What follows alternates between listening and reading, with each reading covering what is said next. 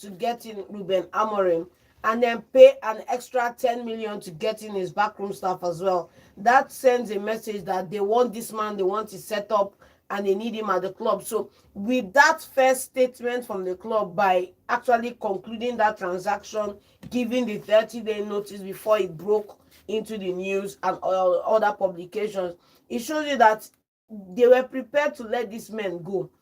It's not just Ruth Van Nistelrooy that is leaving. It's not just Ake. Jalen Rootweiler is also leaving as well. There's one other person that's living in the backroom staff. So there are about 4 managers that were working under Ten Hag. All 4 of them are out, and Amorim is in with his backroom staff. I think that's the way it should be. There's no need leaving vestiges of previous administration still running around in the club. They should be pruned out, and then let's get what needs to be gotten in, so that the club can have the best start to life under Amorim. Okay, now, so what do you make of this? Do you think that is the right thing for them to let go Van Nistelrooy? You know, I was campaigning. I became his campaign officer. That Ruben Van Nistelrooy should have stayed to the end of the season. I had a feeling that he would do well. Do you understand? But I don't know why I think they were rushing. They don't want Amorim to go to another club in the summer or start bidding for him because he's a young prospect. But they brought him. But now cancelling Van Nistelrooy's contract. How do you make of it? I don't think it's the right thing to do, but you can't help it. I said this the other day, and we started reviewing on the show. It's one thing to bring in a new coach and his tactical staff. It's something else to have someone who's been at the club as his boyhood. I won't say his boyhood club, but he's been at the club. He's a club legend, and he wants to help you grow into the help you steady the ship until the end of the season.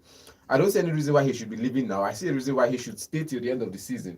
Perhaps help the team gather well, help Amorim settle in well. You get just like Jurgen Klopp left, and some of the players in themselves, and Van Dijk was about to leave, and he said, "Okay, I'll have to stay because this man will have to settle in well." So some of the players will have to stay to help this man settle in well. Some of the backroom staff will have to stay, the likes of Darren Fletcher and Ruth Van Nistelrooy, to help him settle in well in Manchester United fold, bring in their experience as well. They are a team that you can help. Okay, this is Ten Hag's team.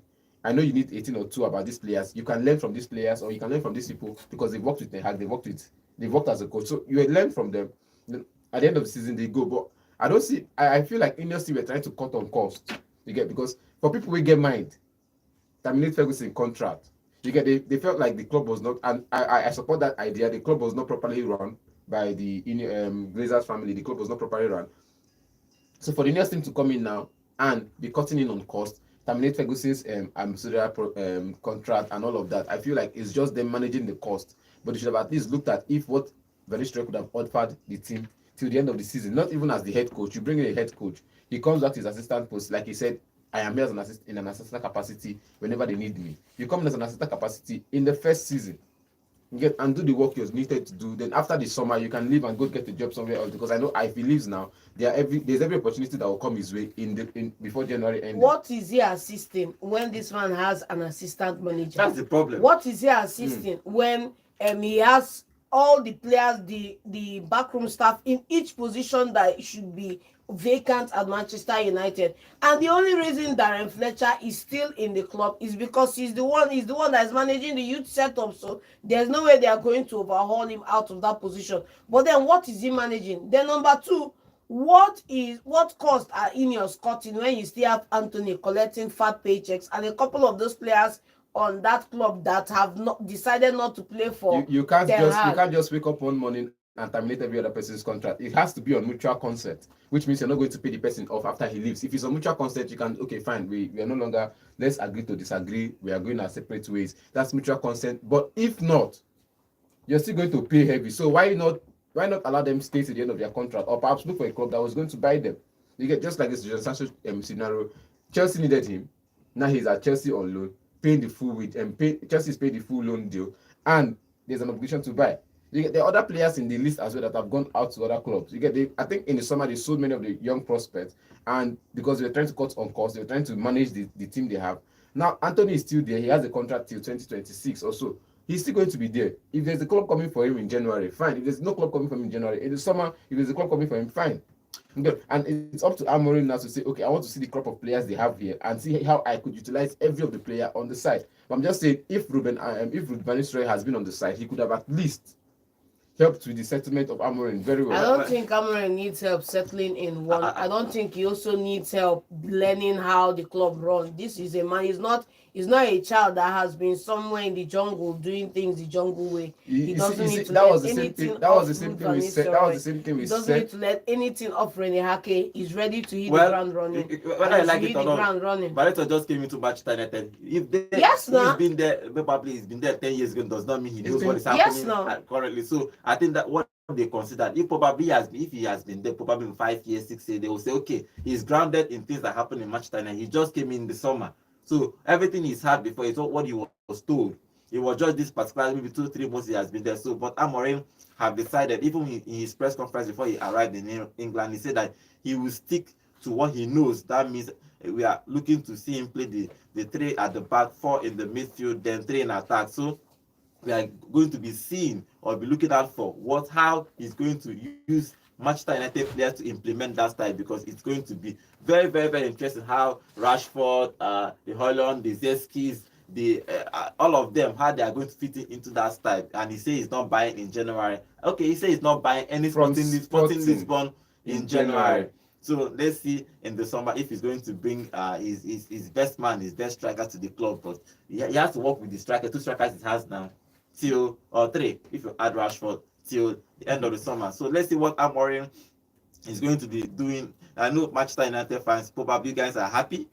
If you are not happy, be happy, because because Amorim is here and he is going to be taking up Manchester United. He has a contract to 2027. So let's see if he's going to be doing well at Manchester United. Remember, guys, we are live on YouTube at Vote FM Sports. Okay, let's move over to the Europe. The Europe happened throughout the weekend, and let's start with the La Liga, because interesting things happened in the La Liga throughout the weekend. Madrid won and Barcelona lost.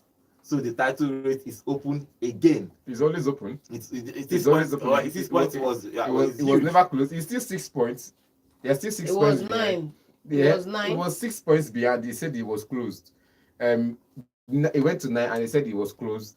And now it's back to 6. It's still open. It's a marathon. I keep saying it's a marathon, not a sprint. Okay. And when Baba said the same thing, he said the last time we lost 4-0 at Camp Nou, we went on to do a double or perhaps a triple. Let's talk about the Real Madrid first. Real Madrid won Osasuna 4-0. And inform Osasuna. That was the headline before the game. Well, Vinicius scored the hat-trick. What do you make of that game? They are picking up form again after losing 2 games.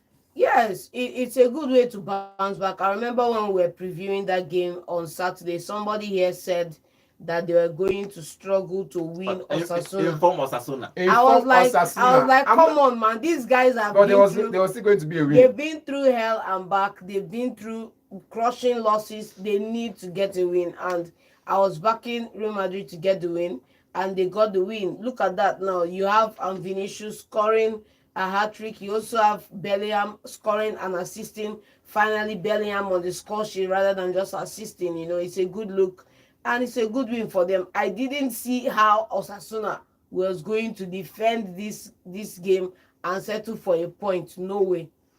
Okay, what do you make of that game now? So that game is interesting because Real Madrid are picking up pace. I think somebody said something on the social media that I want to talk about. He said that he thinks that Mbappe came to Real Madrid at the wrong time. Yes. He came when Vinicius had picked up form, because the plan was to bring in Mbappe earlier. If Mbappe had agreed to probably leave PSG earlier, when that time Vinicius was still, they weren't really sure if he's going to be a star or not. That he wasted maybe 3 years before he arrived. Now Vinicius took number 7 shirt. Yes. And he is performing. Yeah, now he's scoring a hat-trick. Why Mbappe was just the funny thing, had it been he has come in maybe 2-3 seasons earlier, they would have given him that role at the left that he likes so much. That's what I'm saying. They would have given him the fabled number 7 jersey after his mentor. He would have been direct successor. And then Vinicius would have had to play either on the right or make his way out of the club. But he kept delaying.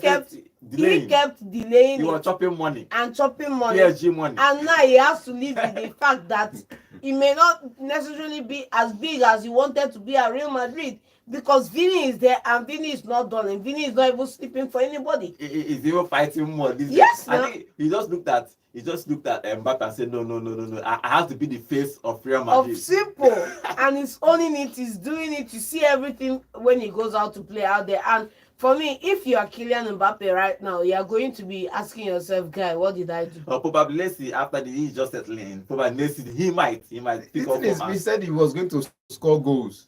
It's The only goals are still coming, and when he went on to score those goals, he scored for like 3 or 4 games. it's not about And the now the goals. bank Right closed. now, It's it's not not about about the the goals. goals. Now, Somebody's Right scoring now, you. somebody's outscoring you, and the only way he's going to break that jinx is if he adapts to this new position in the middle, and if he starts performing. Because the only way that you are going to get more service is if your production rate and conversion rate is higher than Vini. Right now, Vini is leagues ahead of you. And you know it's easier to play as a winger because you can drop a little bit and collect the ball. But as a striker, you have to just You have make to it wait runs and- and they service you. So Yeah. Vini, I think if he probably arrived early at Real Madrid, he would have just taken that left position if he wanted. Because at PSG, sometimes he decided to play on the left. Even when he moved on the left, the player on the left just automatically moves to the middle. Nobody is questioning him. But now he cannot even do that's what they that. call a free formation. No, I think, no. It's He's a not free superstar. formation or anything. See, He's a superstar.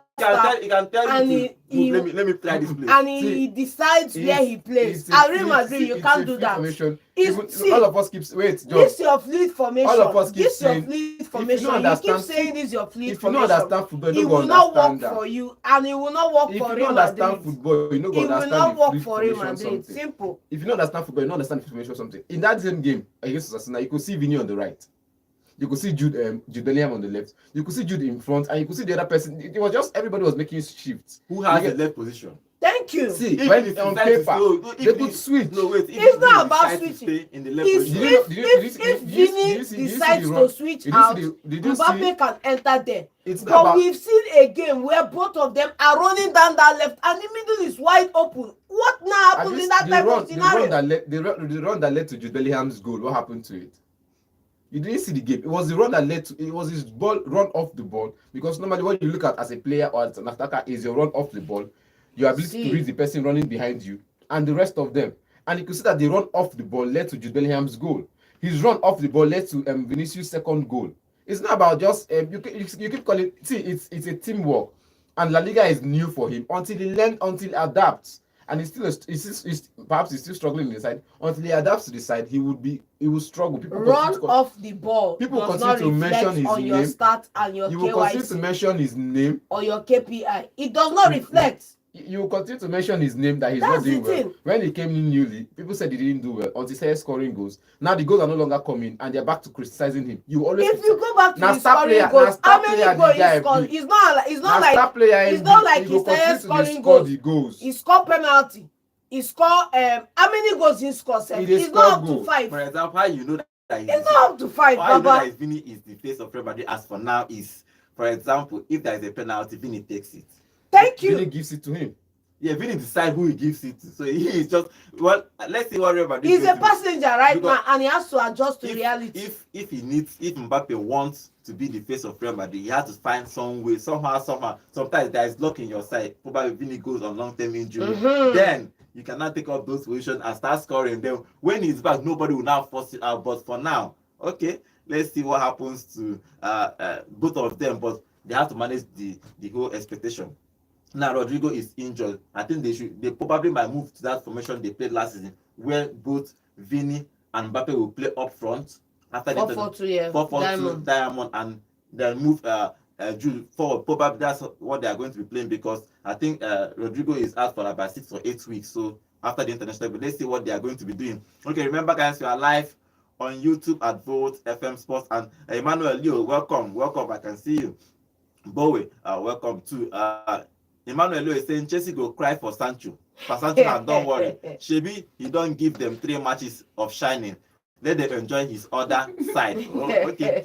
He's also saying, Leo is also saying, so Plateau United fans beat Rangers players and backroom staff back. Don't worry, make them come Cathedral first, please. Oh, we don't want violence. No, we don't fight. We don't fight in Enugu. That's no. If they come Enugu, hope you have 5 million No. to pay for that's assault. another thing, yes. If you have the 5 million, you can send it to Rangers. Then But please, we don't support that in Enugu No, Rangers. we don't support that. We actually beg other people to at least be like us, be gentlemen, be Okay, civil. we'll move to Npfl's the National Professional League soon, but let's stay with the La Liga. But let's read one comment here from Bowe. He said it's early to it's early to judge Mbappe. He will still do well for Real Madrid. He is still young. He is almost 25 years. By that time, Ronaldo and Messi have won Ballon d'Or already. But let's see. He's also saying, Bowe is also saying, makes no mistake, Vini is the star man for Real Madrid now. Nobody can take it away from him. Okay, the other game that is surprising that happened in the weekend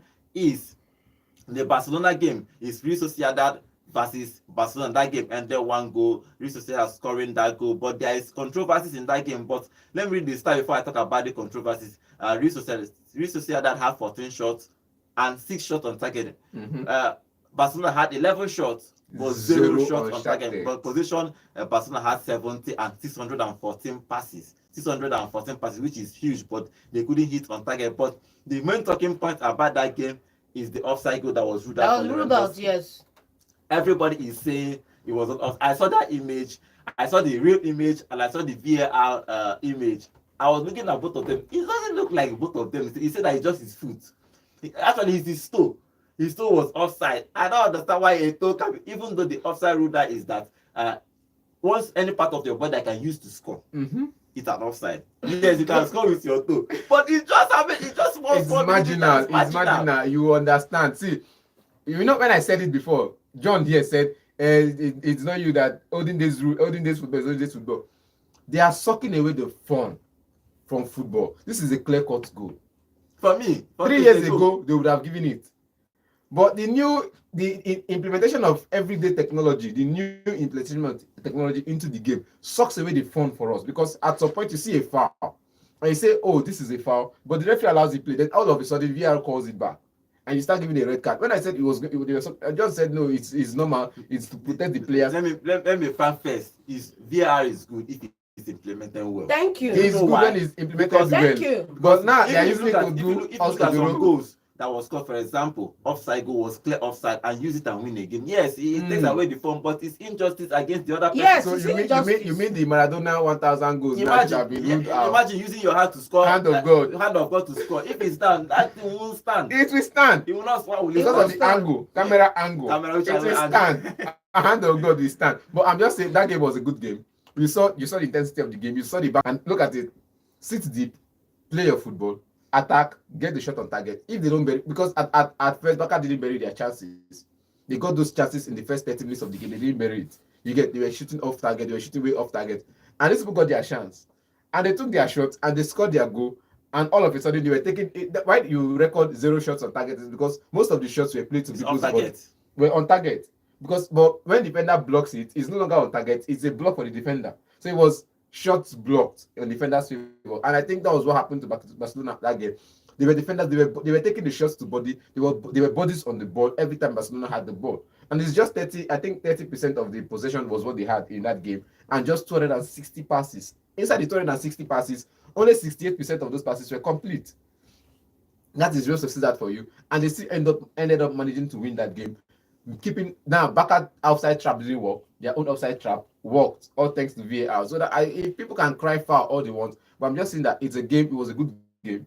It was a good game, but it wasn't what we expected in the weekend. Yeah, everybody was expecting Barcelona at least a draw in that game, because we know how difficult it is going to Real Sociedad home to get a result for Barcelona. But everybody was expecting a draw at least. I wasn't expecting Barca to just go there and blow them out. I was expecting at least go there, get a result, maybe a draw, and you come back home. Okay, John, that game, do you think that they missed Yamal in that game? Because if you look at the lineup, Yamal didn't play, but it's just only Yamal. Do you think that they missed Yamal in that game? I think Rafinha playing on that position where Yamal should have played was off, but you can't have your best players every day. You have to be able to find a way to win when they are not available, and they did not find a way to win. They should have found a way to win that match. Okay. That game, I felt like Rafinha should have played there. He's left-footed. Fermin Lopez should have played in the other side, and it could have been a 4-4-2 because he's one of the players they are looking out for. Or maybe start Fati in that place too. Or maybe Ansu Fati, Rafinha, Ansu Fati, or perhaps you're playing a 4-4-2. You play what's it called up front. Femi Lopez up front with Lewandowski. It gives him that room to say, okay, fine, I'm learning off this striker. I want to see how he positions himself, so I can position myself there whenever he's not available.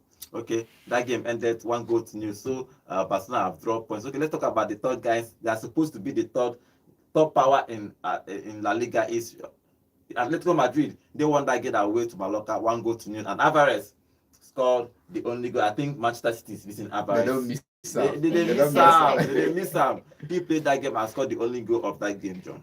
Yeah, I'm happy for him. He's scoring his goals, getting them in. Just in the Atletico second half. Madrid won that game. Narrow win. A win is a win nonetheless. And I'm happy for them. Kudos to him. Hopefully by January, Guardiola will get in another striker and then we can be past this phase right now. Okay, that game ended 1-0. If you look at the La Liga table, Lewandowski is still highest goal scorer in the La Liga with 14 goals. But the table now, after 13 games, is Barcelona stays first with 33 points. Real Madrid playing only 12 games, one game hand. They cancelled that game against Valencia because of the flood that happened in Valencia. They have 27 points. That means they are second. Atletico Madrid are third with 26 points. So let's see what happens. Now look at the table: 6 points and one game at hand. If they win it, if they win it, it's back to 3 points. It's back to 3 points. So, 3 points is still huge.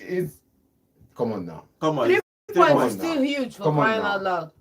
After game week 13. Yes, after game week 13. Come on now. After like game I said, week it's 13. a marathon, not a sprint. And this marathon is not over yet. It's still the first lap. It's still the game at 15th. I think they still have, like, let's say we've judged like 15 games. They still have like 4 more laps to go. So it's still the first lap. Let's not judge them yet. Okay, before we stay in Europe, let's move out to Nigeria and talk about the Npfl. Games happen on Sunday. Games happen on Saturday and Sunday. On Saturday and Sunday, I'll give you the results. Then we'll talk about the Rangers game, because what happened in Plateau United was not really, really nice. Okay, let me give you the results first of the Npfl in the weekend. It's Lobby Stars 3, Abia Warriors 1, Bendel 0, Kano Pillars 1, Katsina United 1, Ikorodu City 2. Good win away from home for Ikorodu City. Heartland 1, Sunshine Star 1. Back in the fray. Enyimba 0, Remo Star 0. There's 2 giants in Nigerian Professional League played as a 0-0 draw. Niger Tornadoes 1, Aqua United 0. Rivers United lost at home to Bayelsa United 1-0. Then the game against Plateau United 0, Rangers International 0. National United 0, Kwara United 1. They won an away game. And I like Nigerian Professional League. They win away games. As they see their away win, they see you. Okay, and the last game is Shooting Stars 3, Economy Warriors 0. Okay, let's talk about the Rangers game. That game ended 0-0. Rangers created quality chances in that game, but it was masked after the game where the opposition fans attacked Rangers International. I don't know why these things keep happening in Nigerian Professional League. What do you make of that game first? Then, what do you make of this incident that happened after the game? Well, good game for Rangers. They scored. They didn't score their chances, and I felt like at some point it was going to come back and bite them, but it didn't. Because the match ended 0-0. But that point they lost, the 2 points they lost at Plateau is a problem. You get, because you don't know where you get the 2 points back. You don't know where you're going to recover those points back. You need to get these points. So you need to amount these points so you can be in the top 4 conversation. Not even in the top 4 conversation, in the top 2 conversation, because that's where you play the CAF Champions League. You get, so if you're going to be playing the Confederation Cup, it's not good enough. You get, win these games. These are games you should be winning. And going away to Plateau United, I think they did their homework well. Plateau United boys did their homework well. They sat deep. They came to the attack whenever they have the opportunity to attack. Whenever they have their chance to hit on the break. And I said it's always about bombarding the flanks for Rangers. Now, bombarding the flanks, the fullbacks are always up there in the mix. The fullback are always up there. The mix is always up there. It's just one of the defending midfielders are coming back to defend. And it's like we always say, whenever they have that 3-man at the back, they have assurance. They have an assurance that they would cut the attack off. And whenever they had that 3-man at the back, anytime the Plateau United players come attacking, they had that chance, they had that opportunity to cut them off and hit them on the break again, but they didn't score their chances. It was a good game so far. Seeing them create multiple chances, seeing them create about 10-15 chances, but nobody to bury them was just the problem. Okay, John, let's talk about the incident that happened after the game. First, I'll read the statement from Rangers International when after that game. He said, "Dear supporters, we wish to inform you about the unfortunate incident that occurred during our match against Plateau United in Jos. The attack on our team was unwarranted, and we are taking all necessary steps to ensure justice is served.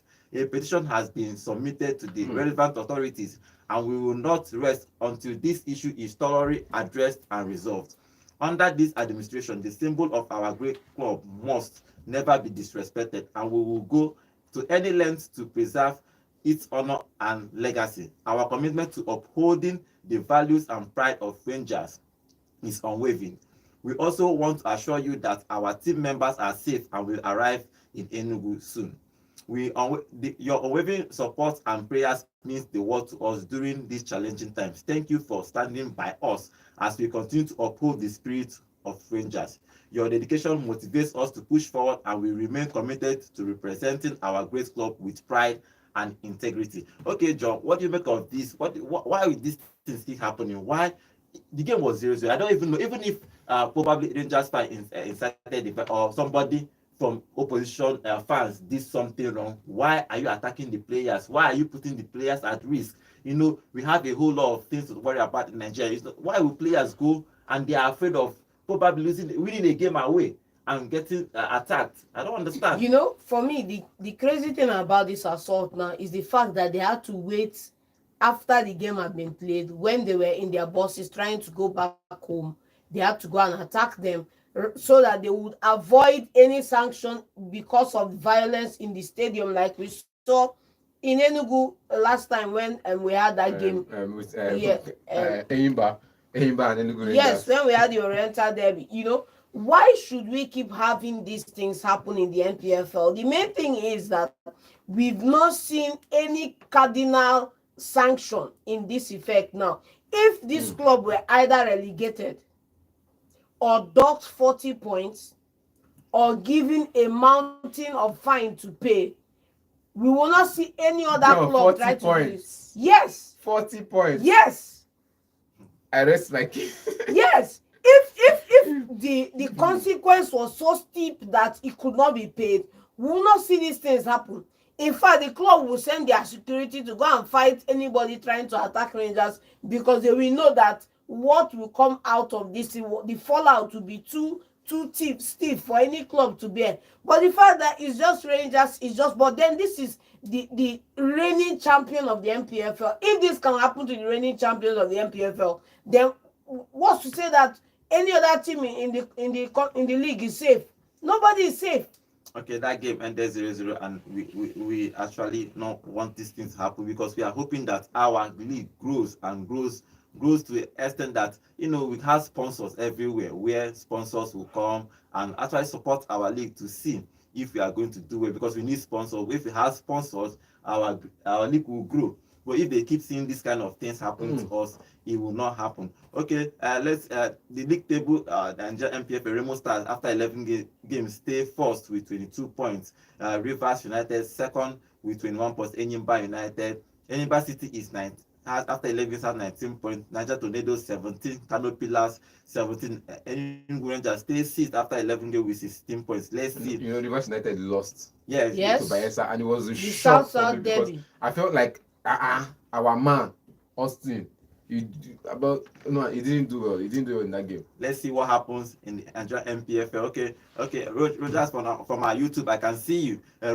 Paul Rogers is saying Vini will be in Van Dijk's pocket. Okay, when Real Madrid go to Anfield in 2 weeks. Oh yes, it's true. Real Sorry to disappoint you. He and Van Dijk will never cross paths. They are playing in Champions League. He will never cross paths. Why? Van Dijk. Let's say Van Dijk they reach that side. Well, let's see. And the last time Van Dijk reached that side, he get one boy with a bike from Red Bull. We deal with him. We shall see. The Liverpool go sign the guy. We shall see. Well, it depends on how. It's always going to be Trent and Konate on him, not Van Dijk. Van Dijk will be on the other guy. Yeah, okay, let's see. Okay, he'll probably be with Mbappe. He wouldn't be on because he can't be coming to play the right side of defense. So if he's going to play the right side of defense, then fine, he will be in Van Dijk. If it's a fluid formation, like he keep preaching, if it's a fluid formation, he will go there and they will pocket him and he will come back to his position. We are going to see it happen. Okay, let's move over to the Serie A. Serie A happened throughout the weekend, and the result is Genoa 1, Como 1, Lecce 1, Empoli 1, Venezia 1, Parma 2, Cagliari 3, AC Milan 3, Juventus 2.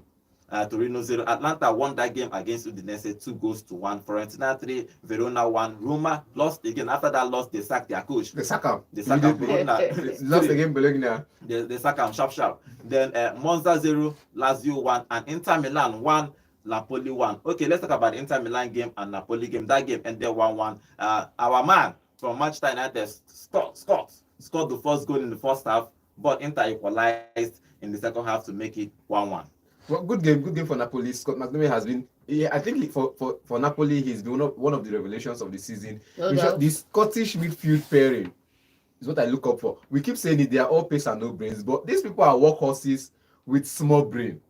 They are workhorses with small brain, especially the likes of Bill Gilmore, the way he positions himself. And I think Anguisha for me is the person in that midfield that caps it up all up. He positions himself to make the attacking run. He creates the chances for the attackers. He drops deep in midfield, and he's one of the players that will say he's key in their build-up play. And they've played that game. They played it with a good style. They played it in a way that the Inter Milan midfield could not settle in well. They had 5 midfielders surrounding the midfield, but you have only just 3 players outrunning, outpacing, out everything your 5, because these 3, Anguisha, Bill Gilmore, and Scott McTominay, were on top of their game. They were running hater-skater, running back and forth to make sure that the attack from the Barellas and the Marcos didn't really yield fruit. And it was a good game to see in total. I saw that game. I felt like if only these players had remained at Old Trafford, Ten Hag might still have a job at Old Trafford by now. Okay, John, what do you make of that game? It was a good game all around because they are first and second. They are 2 heavyweights. Napoli is trying to win the league after some time. They brought in Conte. He's trying to wrestle that league. He started with the 4 at the back, moved to 3 at the back, moved back to 4 at the back. I don't know why he did that, but it's working out for him. He still stays first. Yeah, they still stay first, and as always, Inter will always be there applying the pressure, trying to beat them to the top and all of that.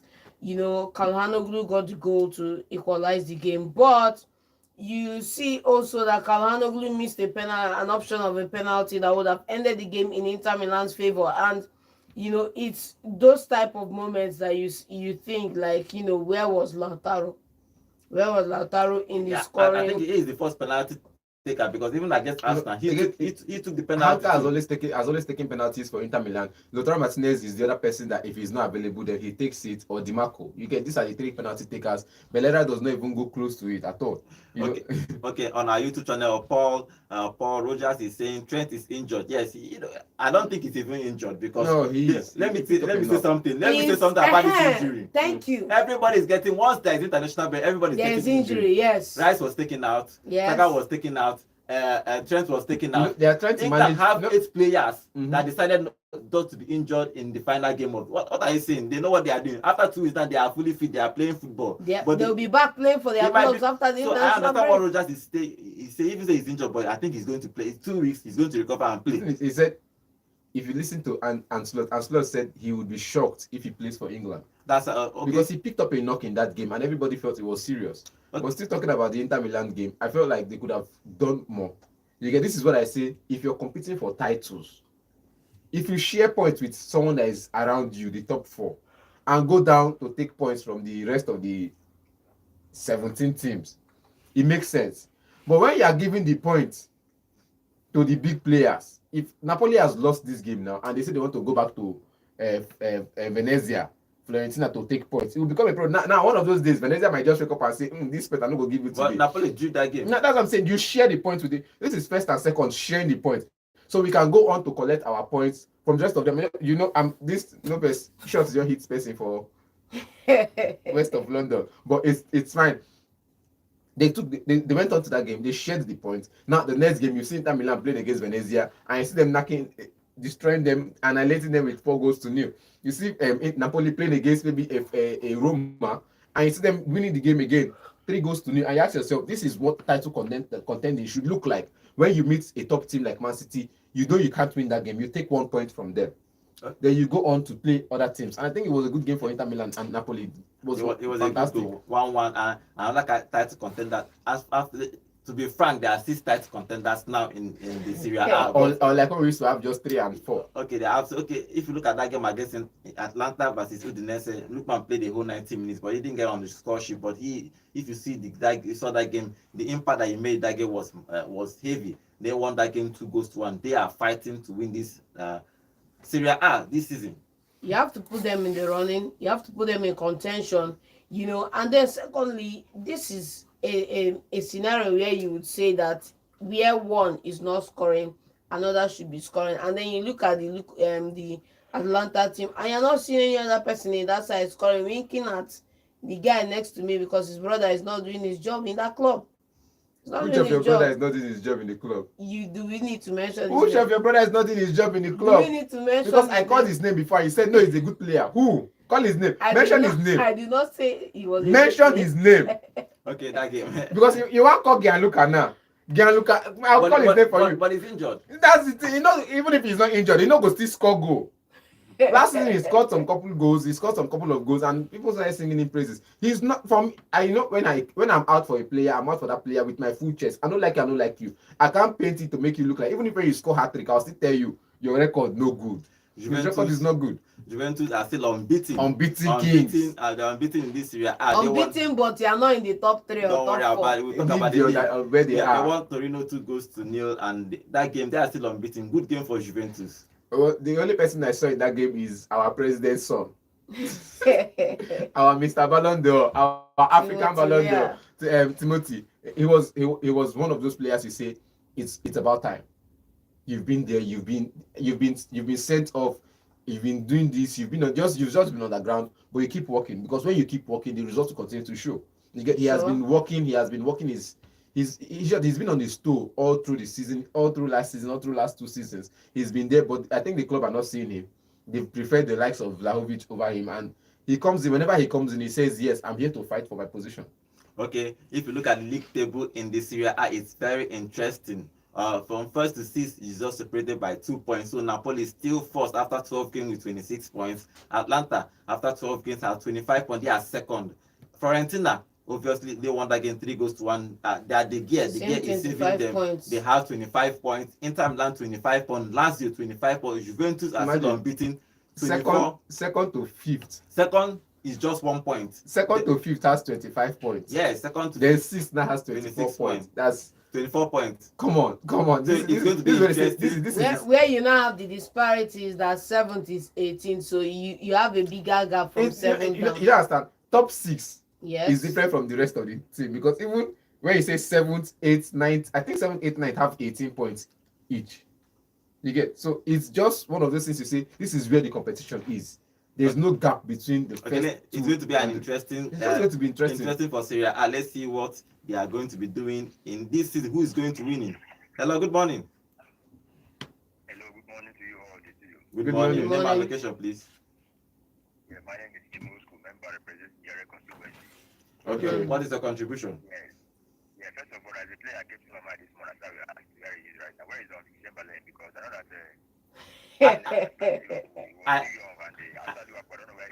I don't think I think he's a free agent. I think he did after Liverpool injury sent him to second division. I think it's I don't know where he went. I think after the injury, I think he became a free agent, and he hasn't had a club since then. Wow, that guy was a prospect. Was Arsenal. I don't know why he had career like that. Okay, I think he's in Turkey. He's in Turkey now. He's playing for Besiktas. Yes. Okay. Yeah. I think you guys should talk about more of international games coming up. Yes, we'll talk about it maybe tomorrow, because throughout this week international break, there's no game for international break. It's tomorrow. It's on Thursday. It started. So on Thursday we'll stay on it. Okay. I want to see if there is Npfl matches this weekend. No, it's in the weekend. They are playing the weekend. Okay, thank you very much. Thank you very much. Okay, the Serie A is going to get hot. Let's see who is going to win this Serie A. 1st to 6th, just separated with 2 points. You can call us and tell us your own contribution about all these things we are talking about. 0706 048 5-8, 5-3. Let's move to Bundesliga. The Bundesliga happened, and the interesting about the Bundesliga is that Bayer Leverkusen are not doing well this season. Somehow, so people are not talking about is a one-season wonder. You come and do just like Leicester City. Leicester did the league and went back to their default setting where they finished mid-table, even though they are still at top 4, top 5 Bayer Leverkusen. But away from home, they drew against Bochum. So if you look at that game, they scored first, but again they consider, last season they were actually winning games in the final 5 minutes of the game. They win a game, but this time they are conceding in the final 5 minutes of the game. What is happening? Someone once said, I'll quote him now. He said, okay. Let's take this call before you answer that. Hello, good morning. Good morning. Name and location, please. Okay, Chigozie, what is your contribution?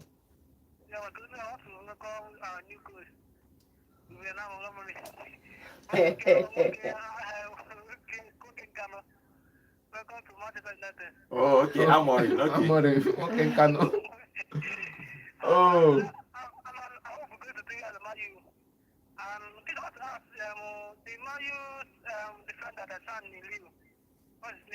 Euro. Yeah, has he recovered? Yes, he's back to full training. He's back to training. Maybe in 3 weeks he should be playing after the international, but let's see. Which is former Van Nistelrooy. All right, thank you very much. We're not going to work with him and the new coach. All right. For 10 years, and the new coach is 39. So how can you pay bye-bye to you can't go to work. Okay. So I want to wish him goodwill. All right. Thank you very much. Thank you. I disagree with that. Oh, well, McLaren was about 10, 15 years older than. It's an aberration, no doubt about that. McLaren was an assistant to Ten Hag. He coached with Ferguson.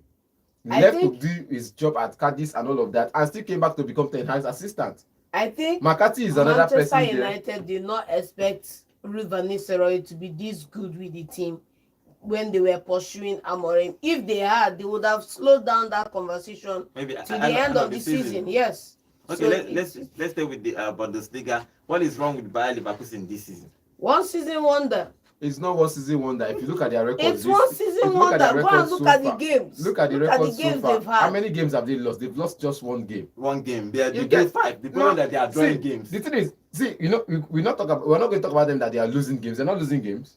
They've lost just one game so far this season. The people ahead of them have lost 2 games. You get some of them have lost 2 games. Some of them have lost 1. As well, the only person that has not lost is Bayern Munich. Yes, unbeaten. Now look at it. Bayern Munich were not winning games last season. They were losing games. You get Dortmund was not winning games. Leipzig was not winning games. Frankfurt finished top 4 last season. If you look at the record, they were not also winning. They were not also winning games. So for Leverkusen they were winning their games and they were playing some draws. You get there are some games they could have lost last season that they went on to play a draw at. So this is just one of those things you say, okay, fine, play against the big side. Form is not, class is permanent, but form is temporary. They were on top form last season. This season they are still on form. So you are saying that Leverkusen don't have class? They have form. They don't have class. They have form. It's still one season wonder. If you come back to say that they don't have class, then it's one season wonder. It's not one season wonder because either that or everybody have their cheat code. Exactly. That's what you're going to say. Maybe people have discovered their cheat code because they still go on to win their games. This season, they still go on to win their games. They've drawn more than they've won this season. It's just the draws that is just. You can't like say the 2 chop draw soup. After the holiday, they come go to chop draw soup. Now they are playing draws, but all the same, it's just one of those things you say it happens. Okay, let's move on to the next. People kind of figure out your play style and want to hurt you in certain ways. Okay, let's move on to the next game. Bayern Munich winning that game away to St. Pauli. If you look at them, Musiala scoring the only goal. They are unbeaten in this. I think their company is going to win the league. 9 points ahead of Leverkusen. And Kane will win his first title. Yes, title this season. Yes. So, but that game, Jonah Musiala is a huge talent in the whole world. Probably that boy is going to be one of the best players when he come of. He's of age now, but when he reaches 25, 26, probably we'll be talking about him winning the Ballon d'Or. But if you look at that game, good game from him. You score 1 goal against Poli, you are celebrating. Yeah, why won't you celebrate? Catch them, destroy. Why won't you celebrate? Why did they draw their last game?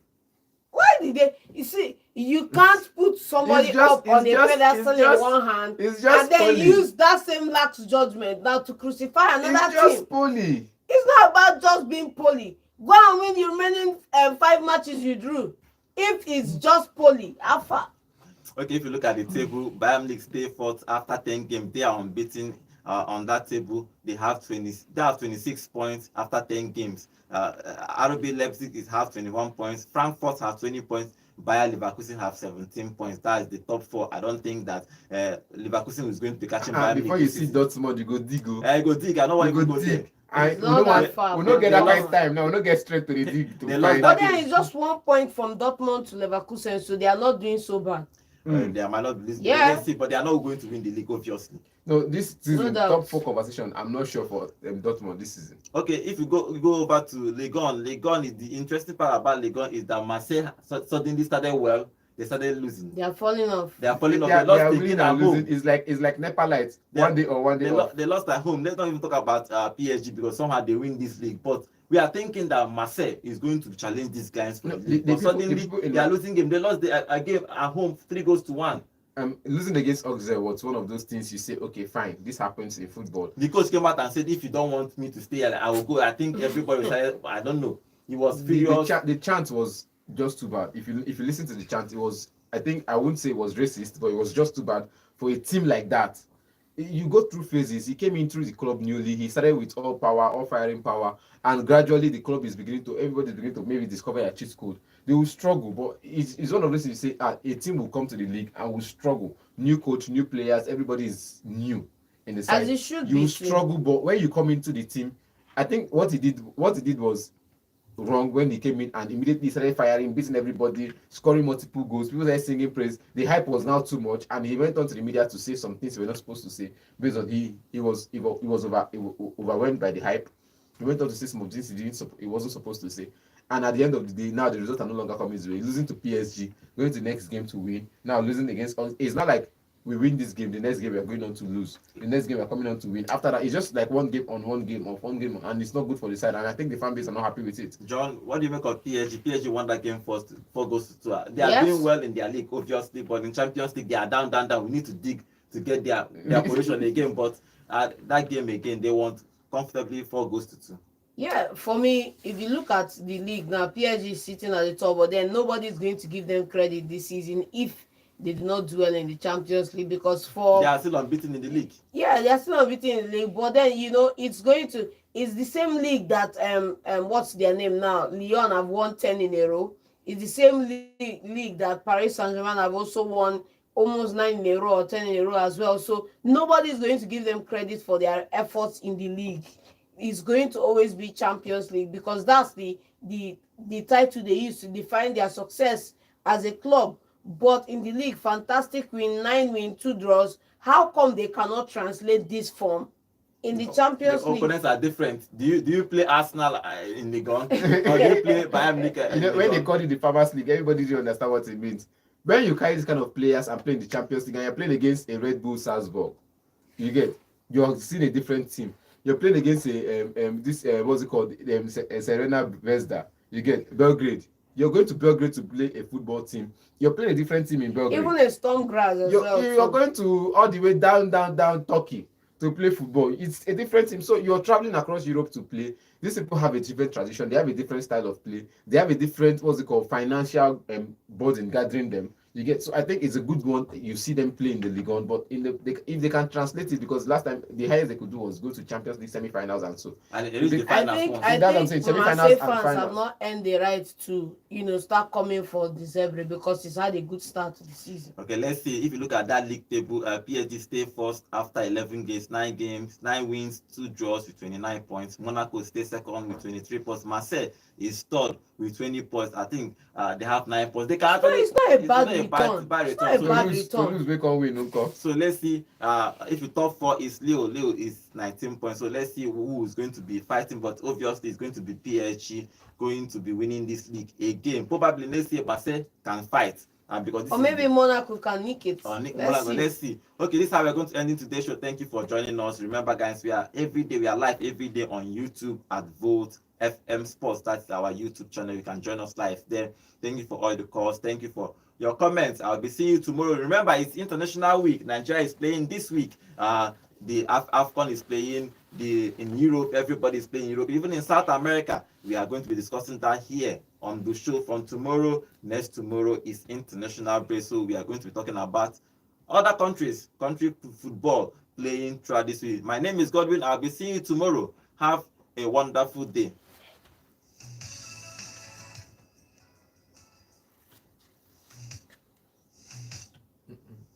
Leave it here.